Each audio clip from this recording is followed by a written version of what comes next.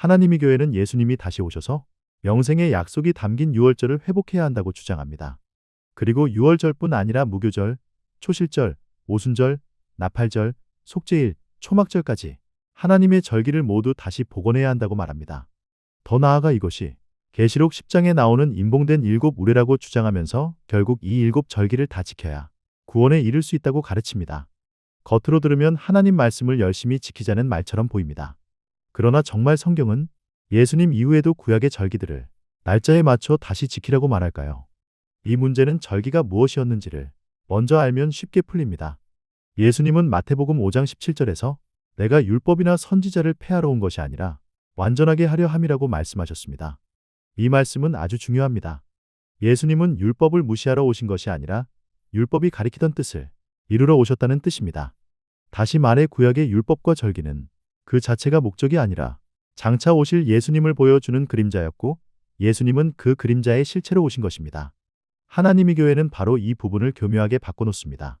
구약이 모형과 그림자라면 신약에도 똑같이 유월절과 속죄일과 초막절을 지켜야 한다고 말합니다. 구약에는 양을 잡았고 신약에는 설교와 예배로 바뀌었을 뿐 절기 자체는 계속 지켜야 한다는 것입니다. 그러나 성경은 그렇게 말하지 않습니다. 성경은 그림자를 반복하라고 하지 않고 그 그림자가 누구를 가리키는지를 보라고 말합니다.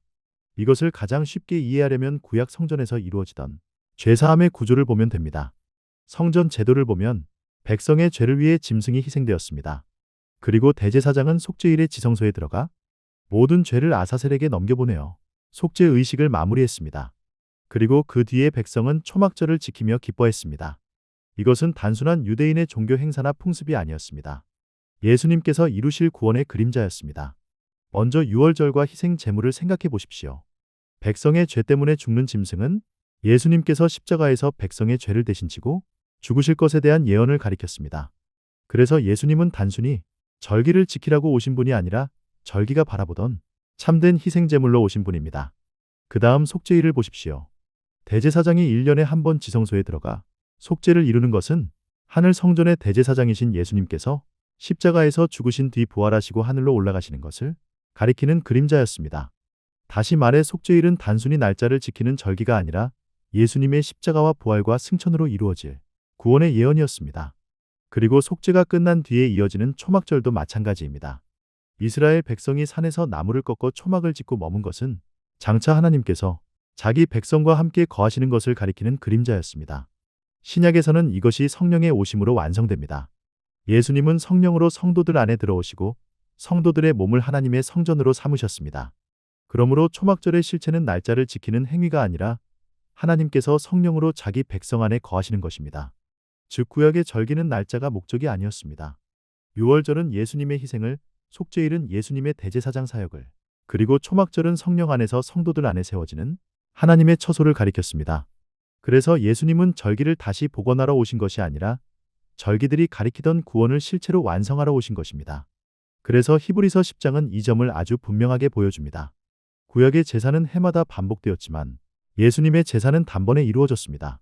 히브리서 10장 17절과 18절은 하나님께서 그들의 죄와 불법을 다시 기억하지 아니하시며 이것들을 사하셨은즉 다시 죄를 위하여 제사 드릴 것이 없다고 말합니다. 이 말씀은 더 이상 안식일과 속죄일 등의 죄를 씻기 위한 제사 체계를 반복할 필요가 없다는 뜻입니다. 왜냐하면 예수님이 이미 완성하셨기 때문입니다. 그래서 초대교회는 구약의 절기를 다시 구원의 조건으로 붙잡지 않았습니다. 바울은 골로새서 2장에서 절기와 초하루와 안식일은 장래일의 그림자이며 실체는 그리스도라고 말합니다. 또 갈라디아서 4장에서는 날과 달과 절기와 해를 다시 붙잡는 것을 염려합니다.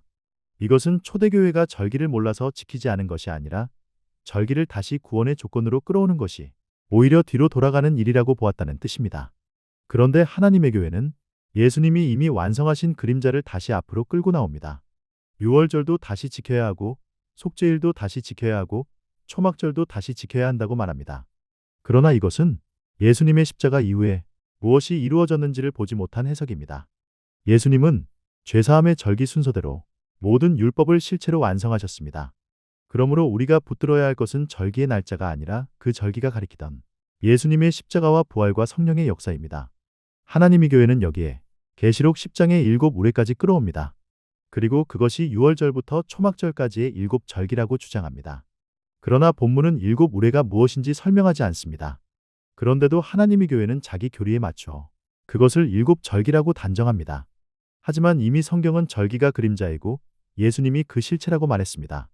그렇다면 계시록을 해석할 때도 다시 그림자로 돌아가게 만들 것이 아니라 실체이신 예수님 안에서 이해해야 맞습니다. 오늘 내용을 아주 쉽게 정리하면 이렇습니다. 구약의 절기는 죄사함과 구원을 위한 그림자였습니다. 예수님은 그 그림자를 하나씩 실체로 이루셨습니다. 유월절은 십자가로, 속죄일은 부활과 승천과 하늘 성전의 대제사장 사역으로, 초막절은 성령이 성도들 안에 거하심으로 완성되었습니다. 따라서 신약 성도가 지켜야 할 것은 날짜에 묶인 옛 절기의 반복이 아니라 성령 안에서 완성된 영적 절기의 실체입니다. 결국 하나님의 교회의 문제는 이것입니다. 예수님이 이미 완성하신 것을 아직 미완성처럼 만들어 놓고 다시 절기를 지켜야 구원받는다고 가르칩니다. 그러나 성경은 반대로 말합니다. 그림자는 지나가고 실체가 오셨습니다. 제사는 반복되었지만 예수님의 십자가는 단번이었습니다.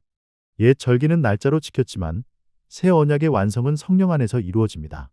그러므로 유월절부터 초막절까지의 일곱 절기를 날짜대로 다시 지켜야 한다는 하나님의 교회의 주장은 예수님의 완성 사역을 다시 그림자의 단계로 되돌려 놓는 해석입니다.